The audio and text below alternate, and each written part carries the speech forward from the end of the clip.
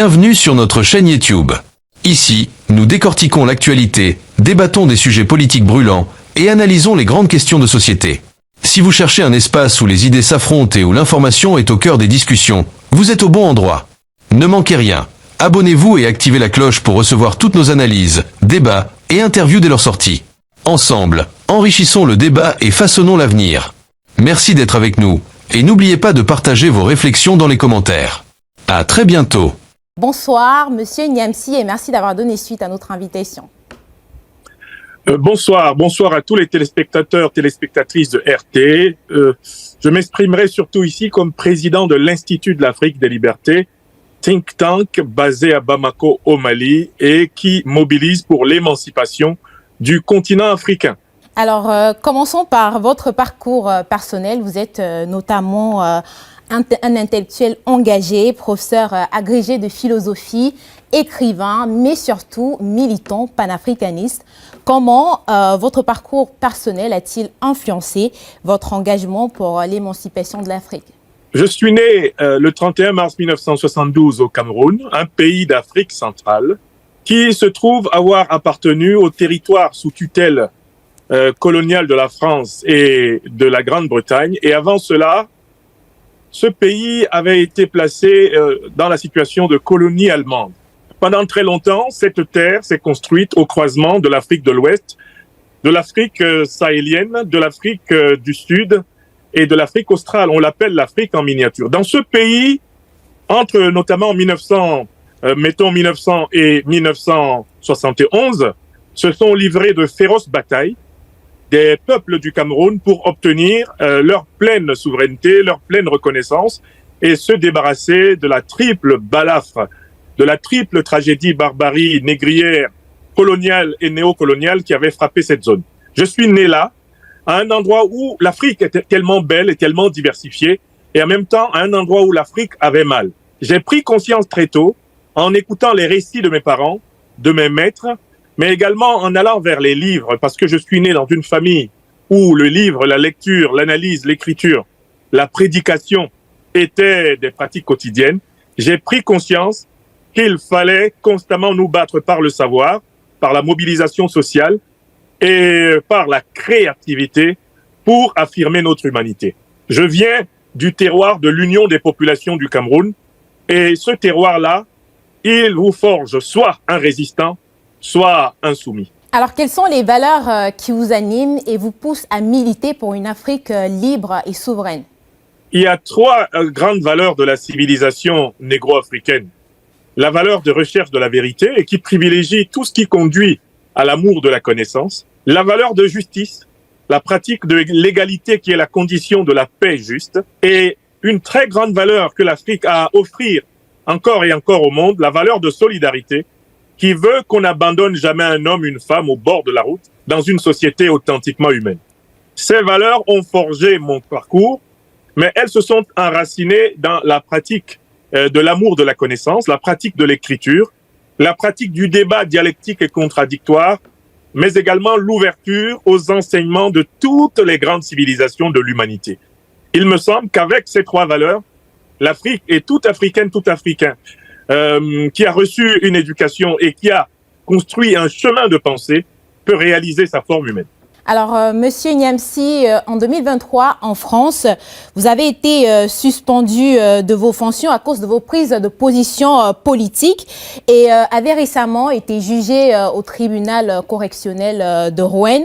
Comment avez-vous vécu cette situation et que dit-elle sur la liberté d'expression en France?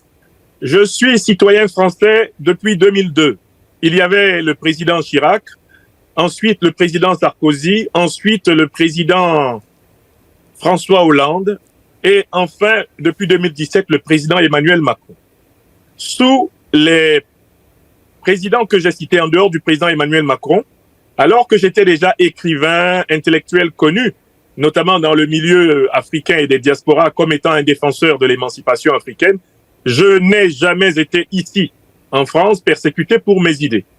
Mais à partir de 2021, sous la présidence d'Emmanuel Macron, la liberté d'expression et la liberté de penser de gens comme moi, qui sont des citoyens français d'origine africaine et qui par ailleurs sont de plus en plus écoutés en Afrique et dans le monde à propos de la quadruple cause africaine. Le retrait total des bases militaires néocolonialistes du sol africain, la suppression totale de la monnaie néocoloniale du franc CFA, la fin de l'ingérence des puissances étrangères dans la désignation des dirigeants africains et enfin la refondation de la civilisation africaine sur ses propres bases linguistiques et historiques profondes. Tous ceux qui, comme moi, sont rassemblés autour de ce programme de l'Afrique des libertés qui est aussi le programme de base de tous les panafricanistes de ce 21e siècle, ont été pris en chasse. Et moi, pour ma part en France, le président Emmanuel Macron a d'abord instruit des poursuites dans le milieu professionnel où pourtant je n'ai commis aucune faute. Par la suite, il les a élargis en me rendant difficile les entrées et les sorties du territoire français, fouilles aux aéroports, interrogatoires musclés, retrait et détention de pièces d'identité et de passeports, fermeture de comptes bancaires, convocation et garde à vue successives.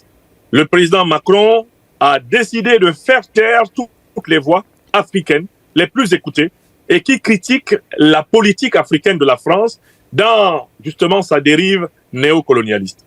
J'ai été malheureusement inscrit par le président Emmanuel Macron depuis 5 ans dans la liste rouge des voix à éteindre, des voix à taire, parce que j'ai continué ce que j'ai toujours fait sous tous les présidents français précédents, sans être persécuté.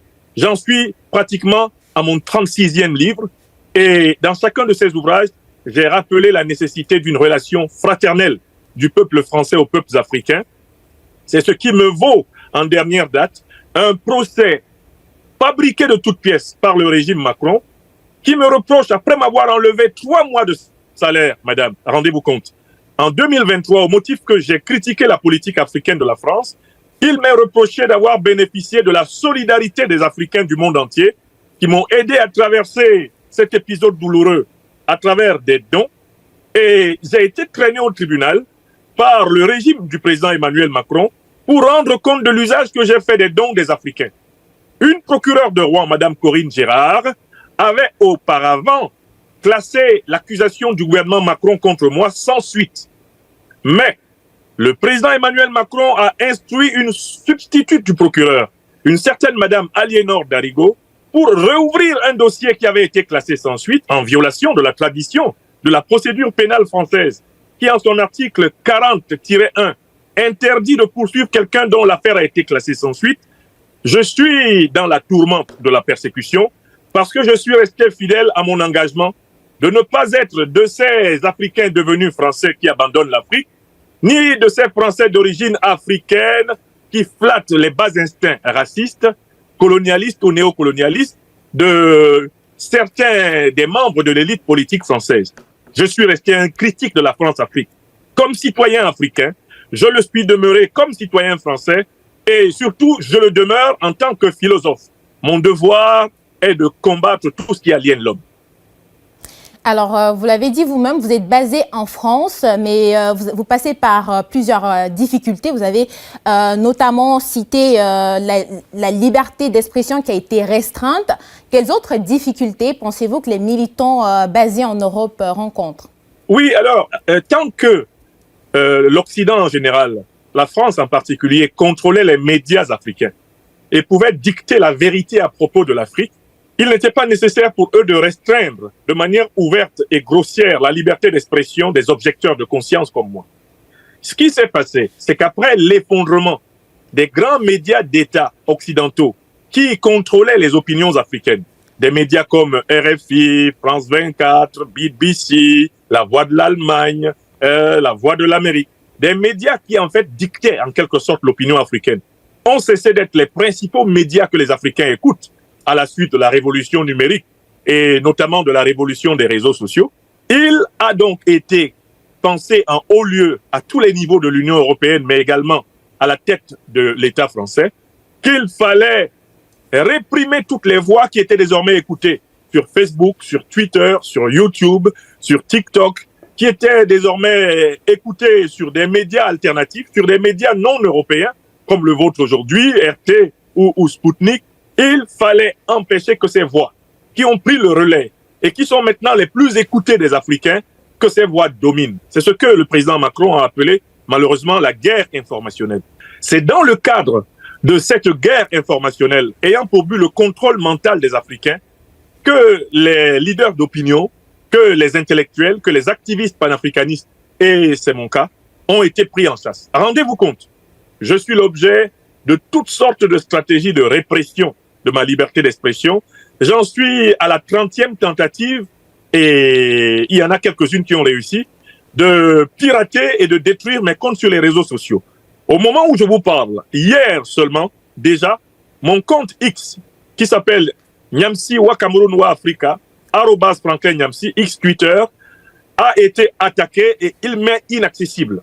Pendant tout le mois de septembre et une partie du mois d'octobre, ma grande chaîne YouTube, Franklin Nyamsi wa Cameroun, l'Afrique des libertés, avec pratiquement aujourd'hui, eh bien, 420 000 abonnés, avait été piratée et attaquée. En fait, il est question de nous revendiquer, de nous arracher, nous, intellectuels, penseurs, militants, activistes panafricanistes, la primeur de l'animation de la pensée en Afrique, parce que les médias traditionnels ont été détrônés. Alors, la France-Afrique est un concept que vous critiquez souvent. Comment décririez-vous en fait l'influence de la France-Afrique en Afrique et quelles sont les méthodes que la France utilise pour la maintenir? La France-Afrique, c'est une organisation mafieuse rassemblant des élites corrompues africaines qui ont été imposées à la tête des anciennes colonies, anciens territoires sous tutelle de la France, par le général de Gaulle et son homme de main qui s'appelait Jacques Foccart. Puis par la suite, par tous les principaux dirigeants français après le général de Gaulle, jusqu'au président Emmanuel Macron aujourd'hui. Ils ont maintenu un système qui fonctionne en 4 points. Premier point, l'occupation militaire de l'Afrique contre la volonté des peuples africains, qui consiste à travers des bases militaires de tenir les peuples africains dans un précaré, une zone d'influence. Aujourd'hui, ils l'appellent un dispositif. Deuxième outil de l'exploitation de l'Afrique par la France-Afrique, la monnaie néocoloniale du franc CFA, qui permet de faire tourner une planche à billets à partir de la France, permettant de s'assurer à vil prix, voire gratuitement, les matières premières stratégiques africaines. Troisième verrou, eh bien, la désignation au forceps, y compris à coup d'État, de rébellion, à coup d'agression, eh bien, des dirigeants africains, afin que ceux-ci soient conformes aux desiderata, eh bien, de l'élite néocolonialiste française. Et puis, quatrième méthode, la répression culturelle, le contrôle des idées à travers ce qu'on a appelé les organisations de la francophonie. Voilà les 4 méthodes qui ont été employées depuis les années 50, années de commencement du processus dit des indépendances, jusqu'à ce jour. Et c'est contre ces 4 méthodes que les panafricanistes, activistes, militants, intellectuels, leaders politiques sont entrés en résistance. Et ce sont ces méthodes qui sont en train d'être démantelées au Mali, au Burkina Faso, au Niger. Vous voyez venir cela au Tchad, vous voyez venir cela au Sénégal, et je peux prédire de manière incontestable, puisque c'est l'aspiration la plus profonde des peuples africains, que la France-Afrique sera totalement démantelée à très court terme. Alors, vous le mentionniez déjà, Monsieur Nyamsi, l'Afrique passe par une période de bouleversement. On pense notamment aux pays de l'AES, c'est-à-dire le Mali, le Burkina Faso et le Niger. Comment analysez-vous ces changements et qu'est-ce qu'ils traduisent pour les peuples africains? Le Mali, le Burkina Faso et le Niger ont opéré un changement de doctrine géopolitique et géostratégique après avoir analysé les causes de la déstabilisation de l'Afrique contemporaine. Selon une théorie qui avait été proposée par les officines occidentales, l'Afrique contemporaine serait déstabilisée par des groupes de terroristes religieux qu'on appellerait des djihadistes et qui voudraient imposer un certain islam aux Africains. Or, la vérité est que les 2 principales organisations terroristes, Al-Qaïda et l'État islamique, qui sont issues du Moyen-Orient, ont été créées avec la complicité des renseignements généraux de l'OTAN. Par conséquent, le Mali, le Burkina et le Niger ont compris que la déstabilisation de 2011, avec 6 mois de bombardement et de destruction de la Libye, qui a été faite par l'OTAN, d'Obama, de Sarkozy et de Cameron, en association avec Al-Qaïda et l'État islamique, faisait partie d'un vaste plan de recolonisation du continent africain. Puisque ce sont les terroristes mercenaires armés par l'OTAN en Libye qui ont par la suite envahi toute la bande sahélienne et qui s'empressent actuellement d'occuper le golfe de Guinée, tout comme ils s'enfoncent jusque dans le canal du Mozambique.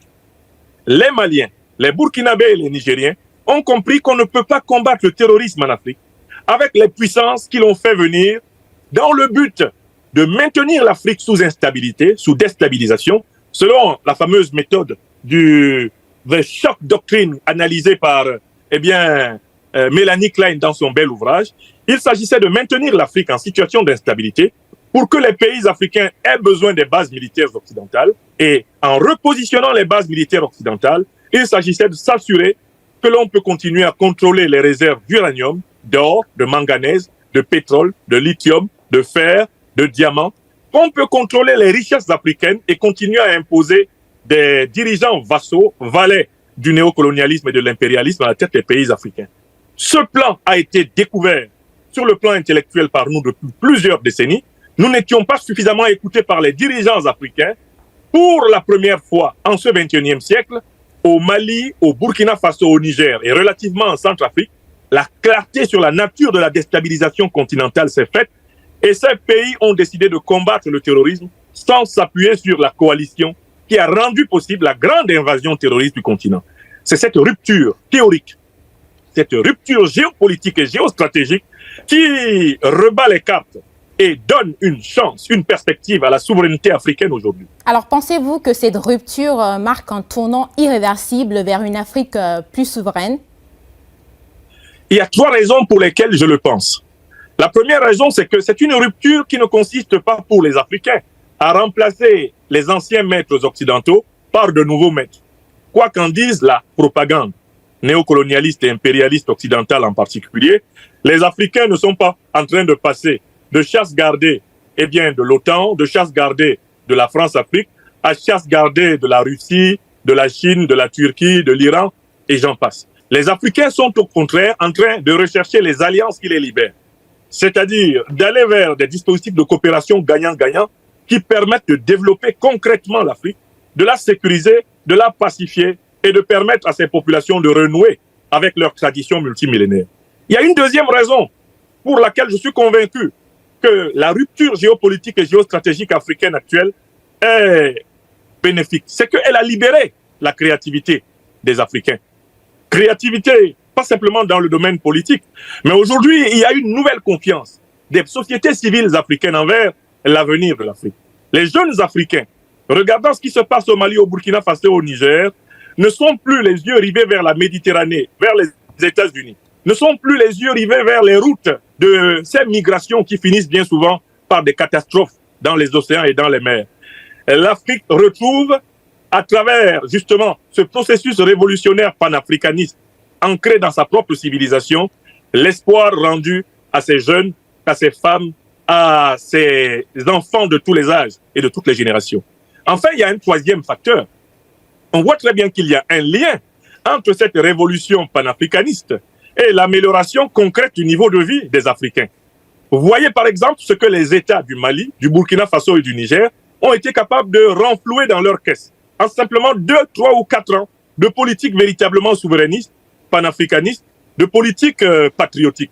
Ils ont été capables de faire fonctionner ces États sans dépendre du FMI, de la Banque mondiale, de l'aide française au développement et de toutes ces béquilles qui entretiennent en réalité les peuples, les États et les sociétés africaines plus largement dans une dépendance psychologique coupable de reproduire la désespérance multiséculaire dont nous voulons nous séparer à tout jamais afin de transmettre une Afrique où il fasse bon vivre et où, en paix, les Africains puissent affirmer leur humanité. Voilà les 3 raisons pour lesquelles je suis convaincu que la dynamique partie du Mali, du Burkina et du Niger représente le socle de la naissance d'une véritable puissance africaine dans le monde multipolaire en construction. Alors, Monsieur Niamsi, vous qui êtes un intellectuel engagé, quels sont les leviers économiques et politiques que l'Afrique devrait adopter aujourd'hui pour affirmer son indépendance face aux anciennes puissances coloniales? Le premier levier, ma chère dame, c'est le levier de la sécurité et de la défense. L'expérience longue de l'Afrique a prouvé que si la traite négrière, la colonisation, la néocolonisation et toute la barbarie qui les a accompagnés ont été possibles, c'est parce que les peuples, les États, les royaumes, les sultanats, les chefferies africaines ont été surpris. Tout ce monde a été surpris par le niveau technologique de l'offensive négrière, coloniale, néocoloniale et impérialiste. Donc, il y a impératif à renforcer l'outil de défense des États africains. Le deuxième élément extrêmement important, c'est celui de la nationalisation des secteurs vitaux des économies africaines. Rendre l'Afrique productive, l'Afrique riche aux Africains. Le troisième impératif, c'est celui de ce transfert de technologies qui est la condition pour que l'Afrique transforme elle-même sur place l'essentiel de ce qu'elle consomme et garde la valeur ajoutée des faramineuses richesses qui émanent de son sol et qui nourrissent abondamment les économies américaines, européennes, asiatiques. Le quatrième facteur essentiel de ce processus, c'est le facteur de la renaissance culturelle africaine. Il faut remettre dans le programme d'éducation des Africains tout ce qui est de nature à renforcer l'autonomie des individus, l'autonomie des peuples et à favoriser la réalisation du grand rêve panafricaniste dont Marcus Garvey, Kwame Nkrumah se sont fait porteurs, Thomas Sankara, Julius Nyerere, Nelson Mandela, le rêve d'une fédération africaine qui puisse rendre pleinement dans le grand concert géopolitique et géostratégique des nations sa place à l'Afrique, non pas comme une puissance qui tend la main pour mendier, mais une puissance qui indique ses options et qui peut s'imposer dans une négociation réciprocitaire, mutuelle, égalitaire avec les autres puissances du monde multipolaire auquel nous aspirons. Alors, la France perd de plus en plus son influence en Afrique, notamment au Sahel, avec le dernier en date, c'est le retrait des troupes françaises au Tchad. À quoi attribuez-vous ce recul? Ce recul est dû à la défaite intellectuelle de l'élite politique française, qui a été incapable de concevoir un modèle de l'État français qui puisse s'affirmer sans l'exploitation injuste et inégalitaire de l'Afrique.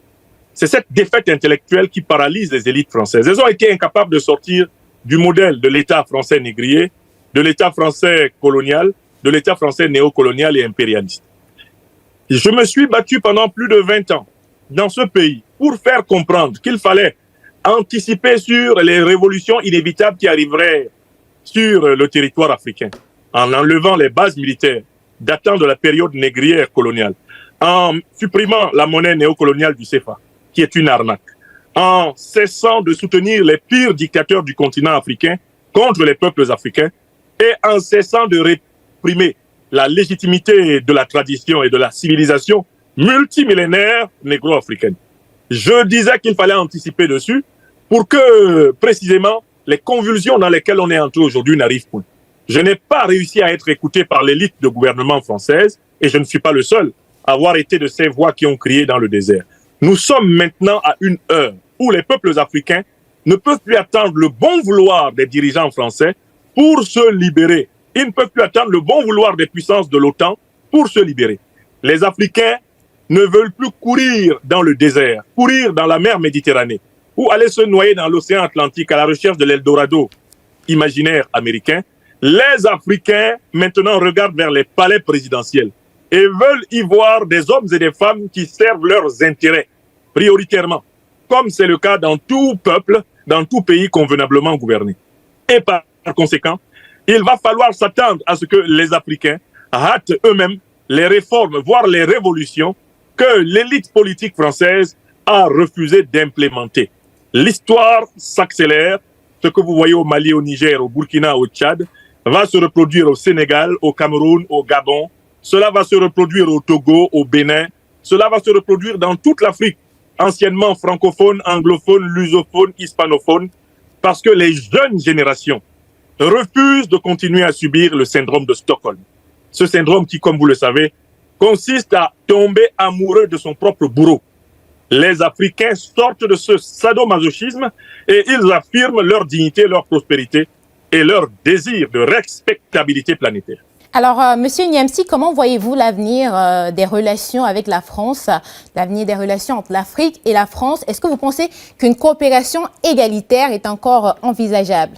La coopération égalitaire est toujours possible. Il ne faut jamais fermer la porte à un avenir meilleur possible. Mais elle passe par une révolution en France, c'est-à-dire une décolonisation de l'élite politique française. Et cette décolonisation est l'une des opportunités qui s'offrent au peuple français à travers la crise politique, économique, financière, sociale, géopolitique et géostratégique que l'État français traverse aujourd'hui. Je m'adresse à vous depuis une France qui est sans gouvernement, car hier, 4 décembre 2024, Effectivement. le Parlement a renversé le gouvernement Barnier. Qui n'était pas légitime parce qu'il n'avait pas été élu majoritairement aux législatives du mois de juillet 2024. Cette crise-là, qui se déroule en France, est en rapport avec la baisse des profits français en Afrique. Car comme l'a dit le président Chirac, qui a été 2 fois élu président de la République française, on oublie souvent une chose, c'est qu'une bonne partie de la richesse que l'on a en France vient de l'exploitation de l'Afrique depuis des siècles. Il va donc falloir que monte au pouvoir en France une élite politique qui renonce à la dépendance psychologique, économique, politique, mentale, à la dépendance même spirituelle de l'élite politique française envers l'exploitation de l'Afrique. De l'autre côté en Afrique, les révolutions sont en marche. Il va falloir que les Africains, les peuples africains, se dotent de dirigeants qui se mettent à leur service, serviteurs de leur peuple et non asservisseurs de leur peuple. Et ce sont ces doubles révolutions, ici en France et là-bas en Afrique, qui vont rendre possible l'émergence de classes politiques à même de négocier, de discuter entre la France et l'Afrique la question de la vérité historique, la question de la justice, la question des réparations et la question de la réorganisation de relations équitables et mutuellement bénéfiques. Alors, que pensez-vous des sanctions imposées au régime militaire africain? Pensez-vous qu'elles renforcent ou affaiblissent la détermination des peuples africains? Si les sanctions imposées par les grandes puissances néocolonialistes et impérialistes aux régimes africains étaient efficaces, mais on n'aurait pas une succession de pays africains qui demandent à sortir du joug, justement du néocolonialisme français ou de l'impérialisme occidental. Vous voyez très bien que lorsque le Mali a levé la tête en premier, on a voulu enfoncer la tête du Mali dans l'eau. Le Burkina a levé la tête. On a voulu enfoncer la tête du Burkina dans l'eau. Le Niger a levé la tête. Oui. On a voulu écraser le Niger. Les 3 autres peuples de la Confédération d'Alliance des États du Sahel se sont mobilisés. Il y a une dynamique historique. Karl Marx parlait de la lutte des classes. Hegel parle de la raison dans l'histoire. Moi, je peux parler d'une providence qui est un ordre de l'histoire mondiale et qui veut que le temps de la réparation et du rééquilibrage des relations internationales en faveur des peuples les plus meurtris, les peuples du Sud global, soit arrivé. Les forces sociales, économiques, politiques ont suffisamment œuvré. La contradiction a atteint sa forme extrême. Il va falloir compter avec les Africains. Alors, vous avez souvent parlé de la jeunesse africaine comme un acteur clé du changement. Quel message souhaiteriez-vous leur adresser aujourd'hui? Je voudrais dire à chaque Africaine et à chaque Africain, et pas seulement ceux qui vivent dans le continent africain, mais ceux qui vivent partout à travers le monde, que nous avons tous la responsabilité de faire entendre notre droit égal sur cette planète des hommes, à être respectés comme des êtres humains à part entière et non des êtres humains entièrement à part. Cela passe par l'acquisition d'une bonne éducation. Cela passe par l'engagement citoyen, où que nous soyons dans le monde, à faire comprendre et à participer à la solution des problèmes africains. Cela passe par la créativité. Nous avons la responsabilité de créer nous-mêmes, en Afrique, dans les diasporas africaines, les outils et les solutions aux problèmes auxquels nous sommes confrontés. Par exemple, nous avons à sortir de la dépendance au paradigme des droits de l'homme tels qu'ils ont été pensés par l'Occident, de la démocratie telle que l'Occident la pense, pour élaborer l'état de droit africain à partir de la connaissance de l'histoire de nos propres civilisations. Voilà un domaine dans lequel les sociologues politiques, les philosophes politiques, les juristes politiques, les scientifiques de tous les domaines ont quelque chose à faire. Du même esprit doit être l'exigence du transfert des technologies ou de la création technologique. On doit encourager cela. Et à mon avis, la chose la plus importante, c'est toujours de commencer par les arts et les techniques de l'autosuffisance. À commencer par l'agriculture africaine qui doit, de toute urgence, produire les conditions de l'autosuffisance alimentaire du continent. Car un peuple qui peut se nourrir est capable de passer à toutes les autres phases du déploiement de son génie matériel et spirituel. Alors, Monsieur Niamsi, vous êtes un exemple pour beaucoup d'Africains aujourd'hui. Quel conseil donneriez-vous aux jeunes Africains qui aimeraient suivre votre exemple et s'engager dans la lutte pour l'émancipation du continent? Je voudrais leur dire de s'éloigner de 2 erreurs qui sont récurrentes et qui sont des tentations faciles. La première, c'est le fatalisme.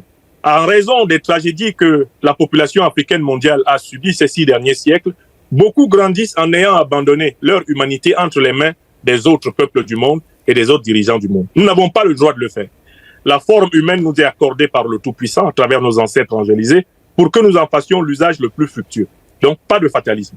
Mais en même temps, le deuxième piège que la jeunesse et que les peuples en général, africains en particulier, doivent éviter, c'est le piège de l'optimisme béat.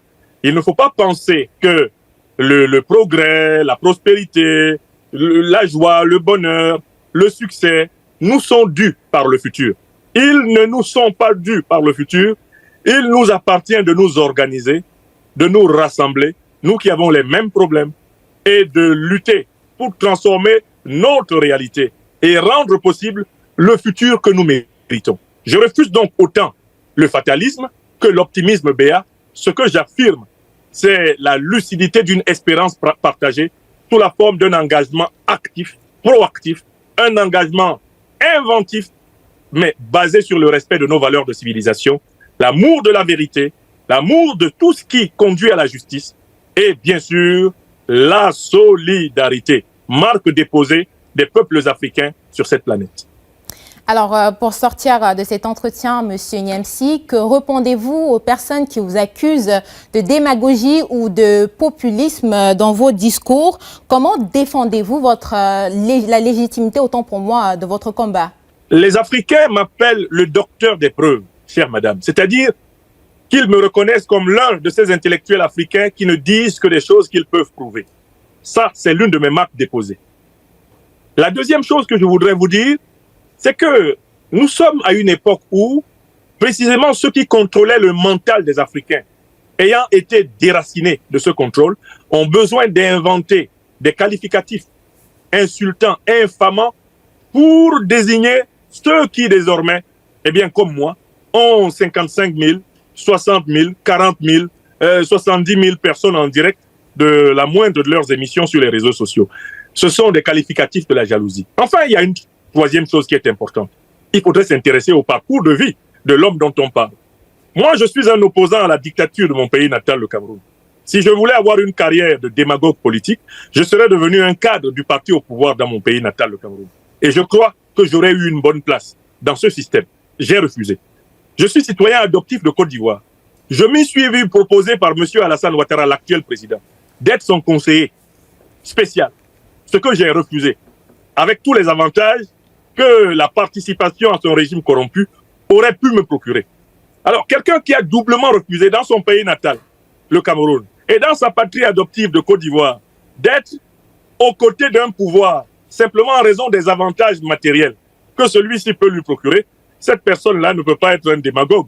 Qui plus est, quand, au lieu de poursuivre sa tranquille carrière de professeur, eh bien, provincial de philosophie, qui a pratiquement 10 petites années de sa retraite, il s'engage depuis ses 18 ans à toujours œuvrer pour que ce qui fait souffrir l'humanité africaine, que cela cesse. J'ai pour moi mon combat, j'ai pour moi mon œuvre et j'ai pour moi le témoignage de ceux qui me connaissent. Je fais partie des rares Africains chantés de leur vivant par les Africains. Au moins 3 beaux textes musicaux m'ont été offerts.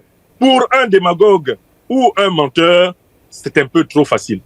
Il y a en fait davantage à reconnaître que je sers le peuple africain de toutes les fibres de mon âme et que je ne suis pas prêt de m'arrêter maintenant qu'ils sont des centaines de millions à m'écouter.